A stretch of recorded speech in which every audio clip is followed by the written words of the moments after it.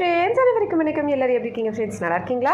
அடுப்பு மேலே ஒரு பாத்திரம் வச்சு கொஞ்சம் உப்பு கொட்டி நல்லா சூடு பண்ணிக்கோங்க. ஹை ஃப்ளேமில் இருந்து நல்லா சூடான அப்புறமா அதில் அவல் கொஞ்சமாக போட்டு நல்லா இந்த மாதிரி கலக்கி விட்டிங்கன்னா அவல் வந்து நல்லா மொறுன்னு வந்துடும்.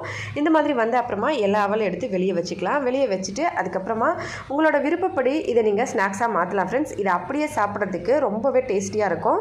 நீங்கள் வெறும் அவலை இந்த மாதிரி வறுத்துட்டு சாப்பிட்டிங்கன்னா அந்த டேஸ்ட் வந்து ரொம்ப நல்லாயிருக்கும். ஜஸ்ட் உட்காந்துட்டு ஒரு ஈவினிங் டைம் ஸ்நாக்ஸ் மாதிரி சாப்பிட்றதுக்கு.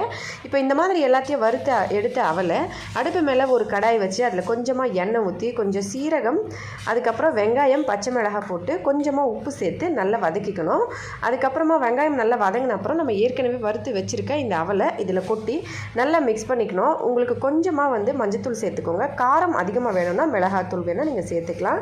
எல்லாத்தையும் கொட்டிட்டு இந்த மாதிரி மிக்ஸ் பண்ணிவிட்டு இதை அப்படியே சாப்பிட்லாம். ட்ரை பண்ணி பார்த்துட்டு மறக்காமல் எப்படி இருந்துன்னு சொல்லுங்கள். பிடிச்சிருந்தால் லைக் பண்ணி ஷேர் பண்ணி சப்ஸ்கிரைப் பண்ணுங்கள். நன்றி, வணக்கம்.